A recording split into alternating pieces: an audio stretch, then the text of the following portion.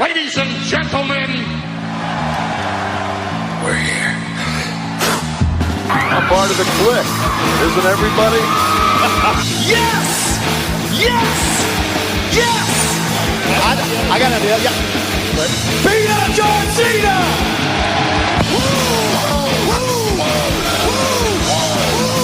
Give me a hell yeah! Oh, a little bit of the bubbly. Too sweet! Here goes the mother! Oh, it doesn't matter! This is where the power lies! I am the man. Believe if you can survive! It's showtime, folks! The following episode is scheduled for one fall, and it is for your listening pleasure. This is In The Kliq. What's up, everybody? Baby Huey here, back at it for a very special episode of In The Kliq. And joining me right now is a man who has done it all in and out of the ring. Currently, he's one of the commentators, along with Tony Schiavone, for AEW Dark Elevation, which airs every Monday at 7 p.m. Eastern, 4 p.m. Pacific, on AEW's YouTube page. A pro wrestling legend, the world's largest athlete, Paul Wight. How's it going, Paul? I'm doing very, very good, but I got to ask you, how did you get the name Baby Huey? To be honest, how did that come about? To be honest, so a long story short, when I was a little kid, my aunt used to babysit my brother and I. I was always big for my age, and I used to walk bull-legged, so I just reminded her of the old cartoon character, Baby Huey.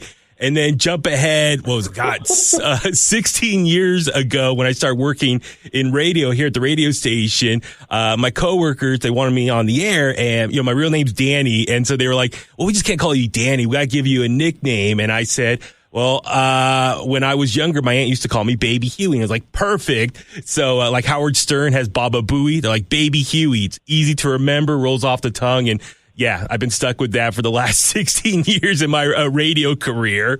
That's awesome, man. That's awesome. I like that. That's funny because we get names in wrestling like that. Like you get character names or gimmick names. Yeah. You just wonder how all that comes about. That's pretty cool. Baby Huey, you won't forget it. Exactly. Well, listen, Paul, thank you so much for making the time today. So much to get into. What a busy and exciting week this is for pro wrestling. Of course, you got AEW Dynamite every Wednesday at 8 p.m. on TNT, but also this Friday will be the second week of AEW Rampage, which is every Friday, 10 p.m., also on TNT. And I got to tell you, I love last week's premiere episode. For a 1 hour show, it was jam-packed with so much excitement, so much happened. So I just would love to ask you, what was your reaction to everything that happened last week, and what can fans expect moving forward, especially this Friday? Well, Rampage was off the charts last week. I remember, a show is good because I texted Tony Khan after the show. That's why I said this show was amazing. It was so good that you want to be a part of it, but then, wow, where would I put myself? That show was so good, there's no room for me. Like, that was a great show without me. That's when you know the show's on par. Because as a talent, you always think, oh, well, if I'm part of the show, I can help make it better. I can maybe make this better. I could do that. But that Rampage show was so off the charts good last week. There was nowhere for me to be on that. It was good all on its own. So yeah, that's a sign of a good show when it's that good. That there's no place for you. So I think that's going forward. With the new Rampage show, that's going to be part of the running theme is to make it a very action packed hour segment of television, because it seems like for so long now we've been inundated with 2 hour and 3 hour wrestling shows, which get a little bit long. I felt the pace of Rampage was an hour long, incredible match between Christian Cage and Kenny Omega, and it rolled fast and felt good when it was done. Absolutely. I cannot agree with you more. And then Britt Baker at the end, and just seeing how over she is with her hometown crowd. Just goosebumps thinking about that again. But listen, so this week's so over. I always tease her and tell her that some people in this business move the needle and some people don't. And I call her a needle mover. The fact that she rolled over and went from the mandible claw and then rolled over and went left-handed with the right hand. I'm like, that's so cool to see how she's built that character and grown that character from AEW, and she's one of the AEW's franchise players, and she's still a legit dentist who does dentistry work in between AEW. Although as popular as she's getting, she's going to have to make a choice here pretty soon whether she's going to run a dentist practice or go full-time, because her popularity right now is completely off the chart. She's a big star for us. I know. Big draw. Yeah, totally. I agree. It's just, it's just amazing to see how much she's grown in the last 2+ years of AEW's existence. But listen, so this week's episode of Rampage is called The First Dance, live from the United Center in Chicago. So I got to ask you, the elephant in the room, a lot of fans are speculating that CM Punk will make an appearance on the show. So I just want to ask you, hypothetically speaking, if CM Punk does sign with AEW, how important would it be to get him for the company? And what does he bring to the table for AEW as a whole? Well, I've heard that scuttlebutt as well. And I think if Phil, CM Punk, if he does come over to AEW, I think it's going to knock the wrestling world right on its ass. Here's a guy for so many years has been quiet about pro wrestling. The fans have been aching for his authentic style of the way he cuts his promos on the microphone, the way he competes in the ring. And I think he will, if he does choose to come to AEW, I think he will absolutely love it, because he's not going to have anybody micromanaging him, which was a big thing that Punk didn't like back in the day. It was a micromanaging BS that goes on sometimes. Mm-hmm. He's not going to have that here in AEW. He's going to have a chance to connect with the audience, to compete against some incredible talent, and to have fun. And that's, if all those are part of what's on the table, then there's no reason why he shouldn't choose AEW. Right on. I'm excited. Be definitely tuning in tonight and this Friday. So let's talk about you real quick. When you signed with AEW earlier this year, you began to do commentary with Tony Schiavone over on AEW Dark Elevation. So just how that experience has been going for you so far. I mean, for me personally, I just got to throw this out there. I love Tony Schiavone. I'm a huge fan. I know JR and The King get a lot of praise as the voices of the Attitude Era, but Tony Schiavone is very much up there for me as my voice. He was the other guy I was listening to back and forth, channel switching, that part of the 90s and that era of pro wrestling. So he's very much a legend in my mind, and I think for a lot of wrestling fans. So I'm happy to see he's back in the pro wrestling business. So how's it been for you to transition from in-ring to commentary and working alongside Tony Schiavone? Oh, it's been great, because Tony was one of the guys that was really cool to me when I first started. Mm-hmm. I mean, he teases me now and says that, I'm not the same bright-eyed, bushy-tailed kid that he knew years ago, which makes me laugh. But to have the opportunity to work with him and develop the relationship that I'm developing with the AEW audience, because that was one of the things that Tony and Con and I talked about with me coming to AEW, was how do I go from being such a stable where I was in WWE for so long, for 4 decades, to now making this relationship with the AEW fans.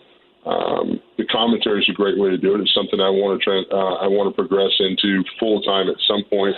But one of my other main things too was I wanted to compete in AEW. That was one of the things that attracted me about AEW, was the ability to compete in the ring and wrestle and work with the younger talent. So right now I'm extremely blessed at this stage of my career to be able to do commentating and also have the ability to get in the ring and compete. I'm thankful, man. I'm extremely humbled and blessed for the opportunity. Extremely grateful for Tony Khan for believing in my talents that he wanted me to contribute and be a part of AEW. That's great to hear. I just love hearing just that fresh, energetic perspective from you and just a lot of other guys who signed with AEW, in recent times. So, speaking of working with younger talent, you do commentary on Elevation. So I'm just curious from your perspective, who are some upcoming talent on the AEW roster we need to keep an eye out on that maybe you're a fan of? And, also it is arguably you are one of the greatest big men of all time, if not the greatest. So, any big man on the roster that you're a big fan of as well? Well, there's a lot of talent that's coming along. There's a lot of talent, I think, that is big talent for AEW, but is about to become big talent for the wrestling world. Mm-hmm. You look at Darby Allin, you look at Jungle Boy, Dr. Britt Baker that we talked about her. Ricky Starks is another great one. I mentioned Darby Allin. Miro is doing fantastic. Scorpio Sky, All Ego, Ethan Page. Yeah. There's so many young talent that has built their brand in AEW, and now that the AEW brand is continuing to grow, but these talents, I think, I truly believe are going to become household names. They're going to get that same kind of status that we're used to seeing because, WWE had that ability to make these global names. It's such a globally big product that when they put the spotlight on someone, then everyone over time learns to know their name.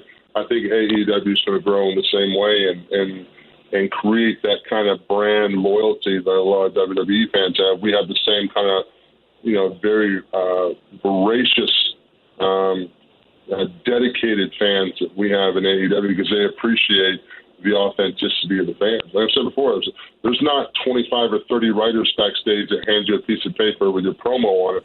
If you've got a promo, you got to go sit in the corner and think about what you want to say because you've got a promo. You know what I mean? The writer doesn't have a promo for you to repeat.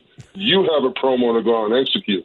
Yeah. So I think that type of authenticity is going to be more attractive to a lot of fans that get to know the product. That's great to hear. Listen, Paul, I know you got a very busy schedule. One last thing I want to ask you real quick, just, since you are doing the commentary stuff right now, and, I was watching, I believe, Stone Cold's podcast or Broken Skull sessions, you were on there last year, and I believe you said, when you were in WCW those early years, was it Mean Gene Okerlund was just very, supportive, kind guy to you. And listen, I know, for a lot of younger people out there who watch wrestling, they didn't grow up watching Mean Gene. I was very fortunate to grow up watching him. So I would just love, just get some, from your perspective, what was it like working with him and just your personal interaction with him? I just really want to keep his legacy alive for future generations. Oh, no, I totally respect it. Mean Gene, to me, I've always said, was like the stamp of quality. Anytime you did any type of backstage vignette, promo, interview in the ring, Mean Gene Okerlund was a part of it. It seemed like he brought another level of intensity and class to the interview. And Mean Gene as a person was incredibly sharp-witted, incredibly fun.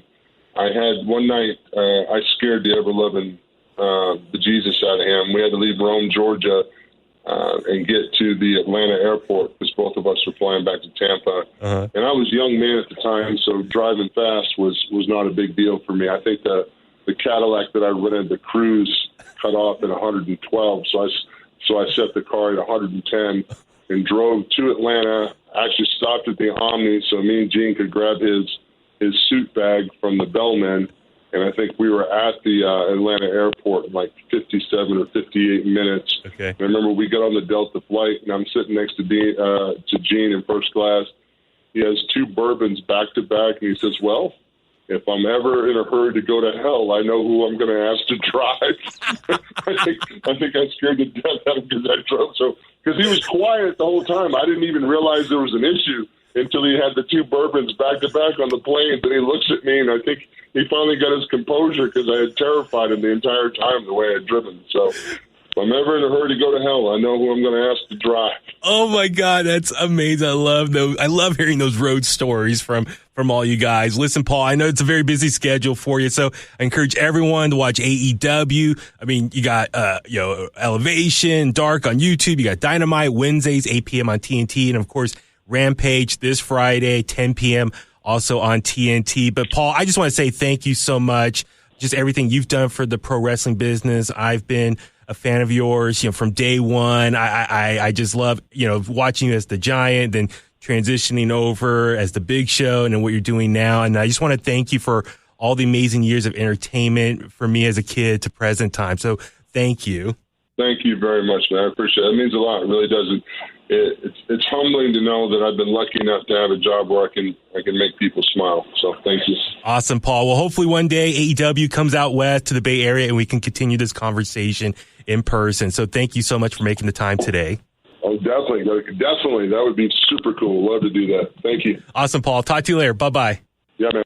There you have it. Thank you again to the world's largest athlete, Paul Wight, for being on the show. Watch AEW Rampage every Friday at 10 p.m. on TNT. And remember to watch AEW Dynamite every Wednesday at 8 p.m. also on TNT.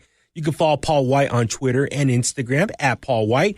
Make sure to follow AEW on Facebook, Twitter, Instagram, and YouTube as well. All right, Kliqsters, let's go home now. Remember to subscribe to In The Kliq on Apple Podcasts, Spotify, Google Podcasts. We're also on a ton of other major podcast platforms. Help the show out by rating, reviewing, leave a comment, and share the podcast. Subscribe to In The Kliq's YouTube page, watch the videos, hit the like button, and leave a comment. Please follow In The Kliq on Facebook, Twitter, and Instagram. Just search for @InTheKliq. Email us at inthekliq@gmail.com. Once again, thank you for tuning in and for all the support. And that's the bottom line because Huey said so.